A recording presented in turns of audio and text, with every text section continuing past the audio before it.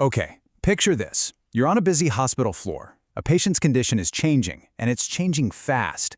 Every single second counts. Every decision is absolutely critical. So, in an environment that intense, who's doing the thinking? Is it just one person calling all the shots, or is it the entire team? Well, that's exactly where intentional leadership comes into play, and we're going to dive into how it can literally transform healthcare teams. So, where are these ideas coming from? Well, our insights today are really inspired by a discussion inside the Culture Coalition about a couple of books by a retired Navy captain named David Marquet. Now, this guy's story is incredible. He took command of the USS Santa Fe, a nuclear submarine that was, no joke, the worst performing in the fleet, and he turned it into one of the very best. How he did it has some huge lessons for any team where the stakes are high, and that's especially true for us in healthcare. When Marquet first took command, he noticed something that just blew his mind. And this quote really sums it up. He realized he had this crew of 135 people, right? But only one of them, him, the captain, was actually thinking and making decisions. The other 134? They were just in tell-me-what-to-do mode. They were executors, not thinkers. And that brings us to the big, crucial question for anyone in healthcare. Can we really afford to have our teams on autopilot? You know, when a patient's life is on the line? I think we all know the answer is a hard no. And that means we need a much, much better model. So you might be asking, how did we even get here? To figure out the solution, we first have to understand the root of the problem. And it all comes down to a leadership model that most of our organizations are built on, one that's fundamentally flawed for the kind of work we do today. So here it is, the traditional leader-follower model. This thing was basically born out of the Industrial Revolution, and honestly, it was perfect for coordinating physical labor in a factory. The whole goal was efficiency, standardization. You had one person doing the thinking and everyone else just doing the work. But here's the thing, healthcare isn't an assembly line. It's complex, it's knowledge-based, and it's always changing.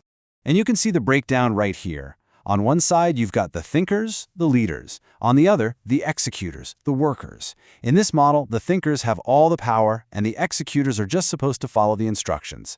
This whole setup actively discourages people from speaking up, from offering suggestions, or questioning a decision. You know, the very things you desperately need in a dynamic healthcare setting. So what's the real cost of sticking with this outdated model? Well, you waste the incredible potential of your team. Your organization becomes fragile, because if the leader isn't there, everything grinds to a halt. The leader becomes a bottleneck for every single decision. And maybe worst of all, it leads to massive disengagement and, you guessed it, a much higher risk of making bad, preventable errors. Marquet's solution was just brilliant. He basically flipped this whole model on its head. He called it the leader-leader model, and it's all about making a fundamental shift, moving away from asking for permission and toward declaring intent. So let's break down how this actually works. In the leader-leader model, the goal is simple: get everyone's brain in the game.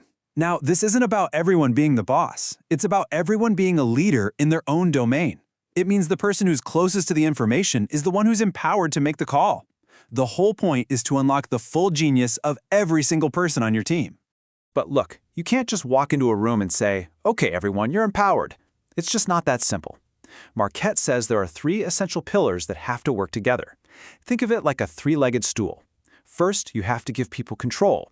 But control without competence is just chaos. So you have to invest in their skills and knowledge. And finally, you need absolute clarity so that everyone is making decisions that move the entire organization toward the same goal, the same North Star. And the results on the USS Santa Fe? They were just astounding. In just 1 year, re-enlistments, the number of sailors who chose to stay in the Navy jumped from a tiny 3 to 36. People wanted to stay because for the first time, their work valued their entire brain, not just their hands. And performance? It went through the roof. That submarine went from the worst in the fleet to the absolute best. Okay, so this all sounds great in theory, right? We've covered the what and the why, but what about the how? How do you actually start doing this with your team tomorrow? Well, Marquet gives us a brilliantly simple and practical tool to get started. This right here is the ladder of leadership. It's a visual for the journey from being a passive follower to a proactive leader. Most teams, honestly, are stuck down at level 1. So as a leader, your job is to fight that urge to just give the answer. Instead, you invite your team member up to the next rung. If they're at level 1, you ask, "Hey, what do you see?" If they're at level 3, you ask, "So, what do you recommend?" You know, think of it like lifting weights. You don't just walk in and try to lift 150 pounds on day 1, you'd hurt yourself. You add a little bit of weight at a time. It's the exact same principle here. These small, tiny steps up the ladder make it safe for both you and your team to build that muscle of proactive, thoughtful decision-making. Now the real magic, the big transformation, happens between level 4 and level 5. I recommend is still asking for permission. It puts the final decision back on the leader. But I intend to completely flips the script. Now the team has ownership. The default setting is action. This is that huge shift from a permission-based culture to one of real responsibility. Okay, so let's bring all of this full circle right back to the heart of the matter, patient care, because this is where these ideas go from being interesting concepts to being absolutely mission critical. At the end of the day, this isn't about a new process or a new checklist. It's about building a whole new culture. It's the difference between a team that just complies with the rules and a team that is truly committed to thinking critically and achieving excellence for every single patient. And what happens when you build that culture in a hospital? The results are a total game changer. You get teams that spot potential errors before they ever happen. You get clinicians who feel empowered to innovate and make things better. You get safer patients, more resilient teams, and ultimately, far, far better outcomes. So I'm going to leave you with this one question to think about.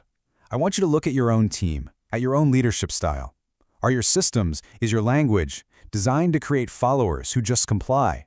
Or are you intentionally building leaders who are genuinely committed to excellence? Because your answer to that question, it could change everything.